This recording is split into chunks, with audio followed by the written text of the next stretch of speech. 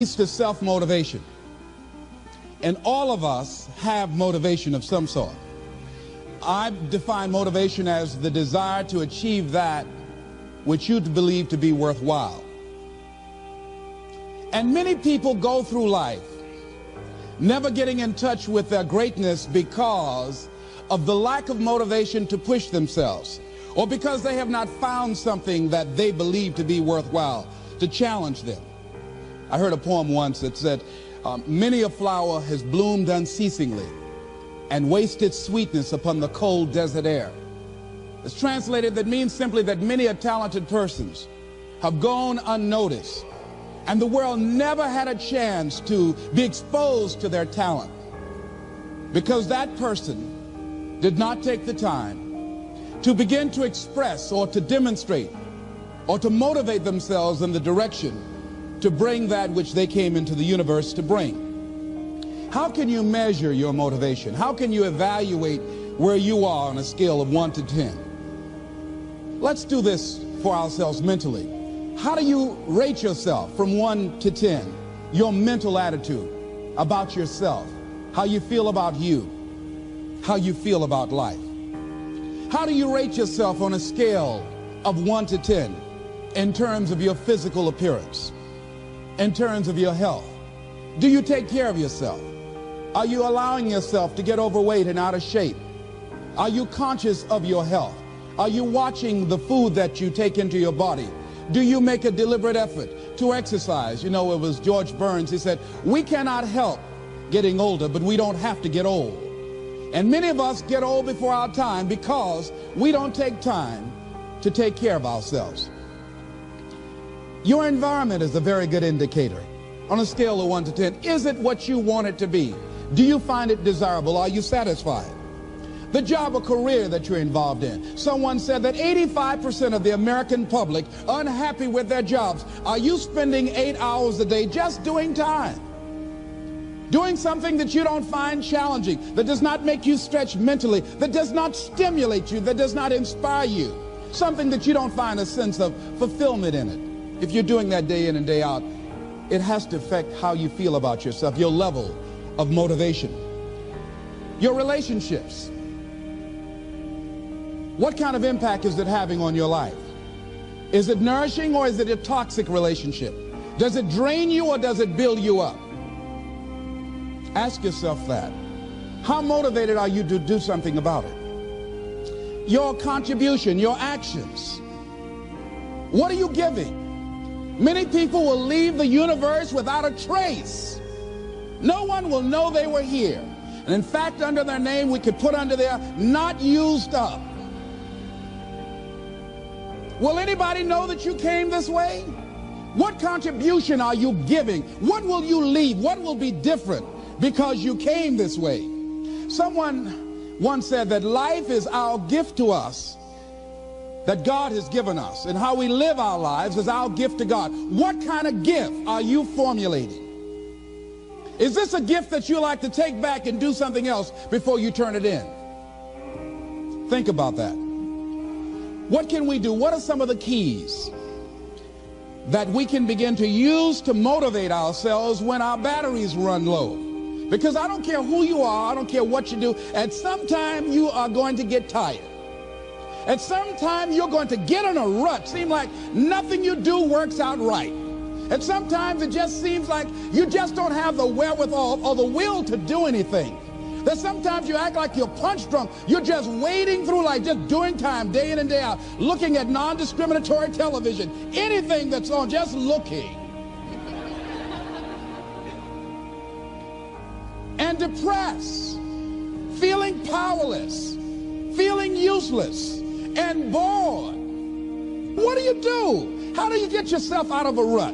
How do you, when you know you can do more than what you've been doing and you're not doing it and you're discontent with where you are, you get angry at yourself. How do you get out of that rut? How do you motivate yourself? One of the things that we must do is that we must be involved in working on achieving self-mastery. You must work on yourself continuously. Never be satisfied with yourself. Always know that as you invest the effort and time on you, that's the greatest ability that human beings have above animals. See, a dog can't be anything but a dog. Tree can't be anything but a tree. Human being, you've got unlimited potential. You can put effort on you, and by concentrating on you and developing you, you can transform your life wherever you are right now. So you want to work on yourself. You want to read books that inspire you and motivate you. You want to listen to tapes over and over and over again. And I suggest that you listen to tapes when you first get up in the morning. You want to control the spirit of your day. When you first wake up in the morning, your mind is operating at 10.5 wave cycles per second. That's when the subconscious mind is most impressionable. Whatever you hear in the first 20 minutes when you wake up, that will affect the spirit of your day. When you listen to tapes, listen with relaxed belief. Believing that this can happen for you. And by listening to them, listen to them over and over and over again, and you will get a breakthrough. You can listen to the same tape for months, and all of a sudden you hear something you never heard before. It have a special meaning for you. Or read the same book over again, and you find some special insight. You said, I can't believe I didn't see that the first time. So you want to be involved in developing yourself. Most people won't do that. Most people won't take that kind of effort and invest that kind of energy in themselves, because they will fall prey to that conversation within. Oh, don't do that. You don't have time. You're too busy. You're too caught up in the rat race. Most people won't do that. Well, they won't take time to go to lectures. They won't take time to go to seminars. They won't take time to go to classes to improve themselves. And as you continue to work on yourself, you will begin to expand your vision of yourself.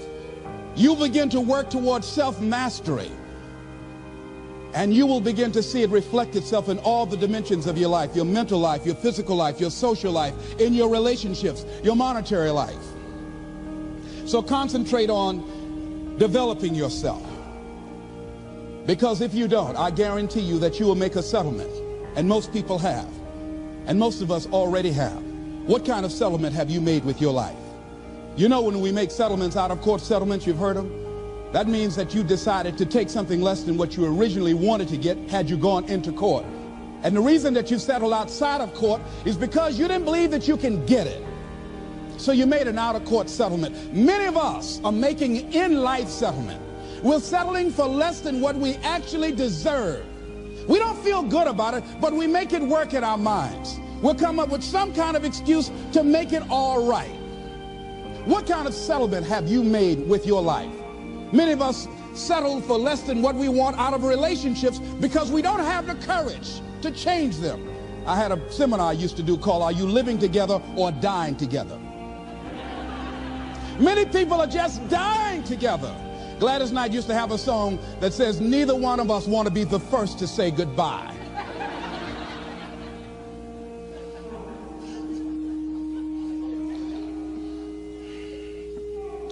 The next thing is, in order to begin to find some keys to self-motivation to drive yourself, in addition to working on yourself, and as you work on yourself, you feel good about yourself, and as you feel better about yourself, you treat yourself differently. Develop a health plan. See, you can't feel well and do well if you don't have good health. You can't perform if you don't have your health. Your health is valuable. Develop a health plan. A plan that you will follow, because this is the only vehicle that you have to carry you through this experience called life. And you want to take good care of it because you love you enough. You care enough about you. And that's not easy. It is not easy having a health plan and sticking to it. But you're worth it doing it again and again and again. I have lost 22 pounds several times. I always do it. I love potato chips. People who know me know I love M&M peanuts. I love peanut butter and jelly sandwiches. I love my mother's sweet potato pie. I love this. It's not always on my health plan, but I put it on there sometimes. I said life is too short to go without sweet potato pie. If I go tonight, I want you to slip a slice of sweet potato pie in my casket. And watch the smile on my face. Next thing is, as you take care of yourself, the next key is keys to motivation, to self-motivation. You want to live life with energy and passion. You want to make a conscious effort to be lively. See, in life, you either saying hello or goodbye. You either on the way or in the way. Leave dead people alone. Some folks just walking around looking, saying, how you doing, honey? Stay away from these people. Just go away from them. It affects you.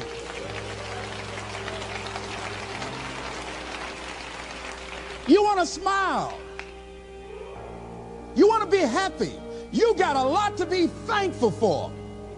But you watch some of the faces around you every day. And I tell you, some of these faces, they will put you in a depressed state of mind.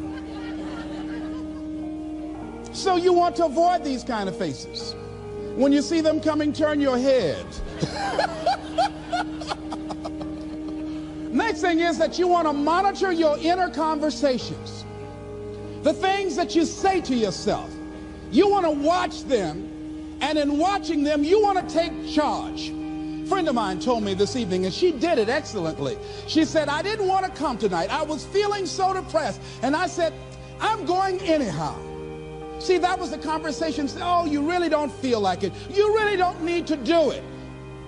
You don't really need to read anything. Forget all that. That's that inner conversation. Oh, you don't need to worry about trying to go into your own business. Forget that. You can't do that. What if you lose everything you've got?